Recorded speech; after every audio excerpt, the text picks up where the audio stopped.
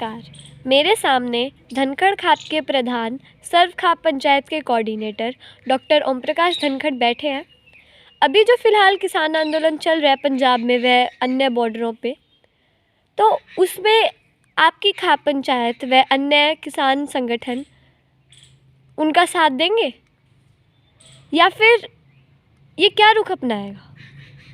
Actually क्या है कि जो पीछे 2020-21 में जो किसान आंदोलन हुआ, 370 दिन चला, 270 किसान शहीद हुए, तो उसमें देखते हुए कि केवल आश्वासन पर सरकार उठ रही, किसी को कुछ नहीं मिला उसमें।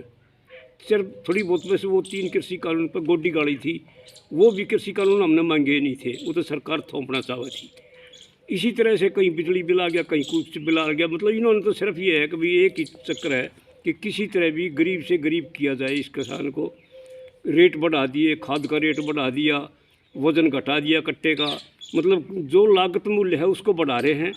और जो किसान को स्वामीनाथन रिपोर्ट के अनुसार C2+ के अनुसार 50% जो बेनिफिट मिलना चाहिए था, उस हिसाब से देने के लिए तैयार नहीं है। जबकि उसको जो है ना अपने ये भारत रत्न भी दे रहे हैं स्वामीनाथन को, उनको मान नहीं हुए। इसी तरह चौधरी चरण सिंह का ये तो बहुत पहले मिल जाना चाहिए था। अब उसके लड़के ने करके वो उसमें जाके बीजेपी ज्वाइन करने के चक्कर में, मतलब ये कुछ उठपटांग सी बातें हो रही हैं देश में, सिर्फ यह 2024 के चुनाव को देखते हुए।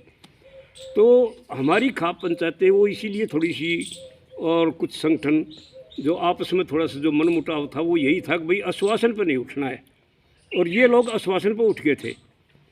तो अब आपस में बातचीत करके, वार्तालाप करके, जब इतनी हिम्मत करके पंजाब के, क्योंकि हमारे बड़े भाई हैं, उन्होंने जब ये आंदोलन उठा ही लिया, तो सभी का फर्ज बनता है, सारी स्टेटों का, और आपस में डिस्कशन करके, वार्तालाप करके, और वो इसी उस पर पहुँचे हैं।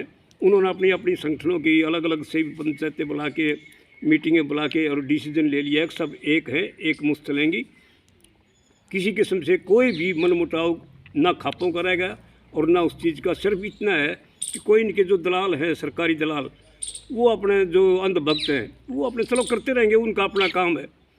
वो तो पहले भी देश आज़ाद हुआ उस टाइम जो स्वतंत्रता के लिए भगत सिंह, चंद्रशेखर, इन्होंने जो सुभाष चंद्र बोस ने जो कुर्बानी दी थी, तो पहले भी गद्दार थे। वो कोई बात नहीं, चलता रहता है। पर हमारी खाप पंचायतें एकजुट होकर बाकायदा इन लोगों के साथ हैं और साथ रहेंगी।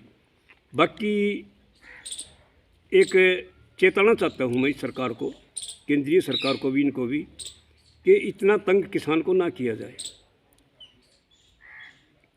अगर जब किसान अपने आड़ियाँ पर आ गया तो इन लोगों को कहीं भी किसी किस्म का भी छुपने के लिए जगह नहीं मिलेगी। क्योंकि अब ये जिस तरह उनके ट्रैक्टर, पंजाब के ट्रैक्टर रोक रहे हैं, अरे पंजाब के ट्रैक्टर रोकने से कोई फ़र्क लग जाएगा? हरियाणा की भी रोक ले, इससे कोई फ़र्क लग जाएगा? 10-12 हज़ार ट्रैक्टर तो दिल्ली के अंदर अंदर हैं अब भी, बाहर से ले आने की ज़रूरत नहीं दिल्ली वालों ने। और एक इशारे पर वो सारे ट्रैक्टर वहीं पाओगे पार्लियामेंट हाउस के बाहर में, इनको पता लग जाएगा इस चीज़ का। तो ये एक जिद ठीक नहीं होती किसी किस्म की। आपस में बैठ के सुझाव करके इसका करो। और इन पंजाब वाले भाइयों से तो मैं साफ स्पष्ट कह रहा हूँ कि भाई अपने पशुओं के लिए चारा काट लो, पुरानी इकट्ठी करके थ्रेशर ले आके इन बॉर्डरों पे, और उनका बॉर्डर का थोड़ा सा इतना ध्यान रखियो कि उसकी हवा जो है ना पश्चिम से पूर्व की तरफ चलनी चाहिए, ताकि फोर्सेस को भी, इनको भी पता लग जाए कि जो ये धुआं पुकारते हैं कि भाई पंजाब का धुआं आ गया, हरियाणा का धुआं आ गया, ये जो उसको वातावरण को ख़राब कर रहे हैं। वातावरण के तो इनके ये जो गोले छोड़ने लग रहे से, ऊपर गैस के गोले मारने लग रहे से, कि वातावरण तो इनसे ख़राब हो से, इन गोलियाँ तो ख़राब हो से, इनकी फैक्ट्रियाँ तो ख़राब हो से, पर किसानों पर थोप रहे हैं। तो वो कोई बात नहीं है। हमारी खाप पंचायतें पूर्ण सहयोग देंगी।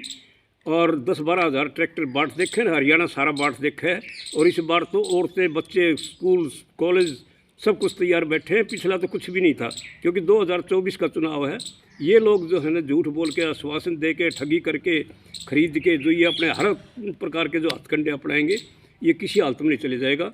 इनको अपना रुख देखना होगा, या ये सरकार की मान लो कि इनकी जो किसानों की मांगने जो है ना ये सरकार मान लो। बस मेरी यही प्रार्थना है। धन्यवाद। राम राम। धन्यवाद।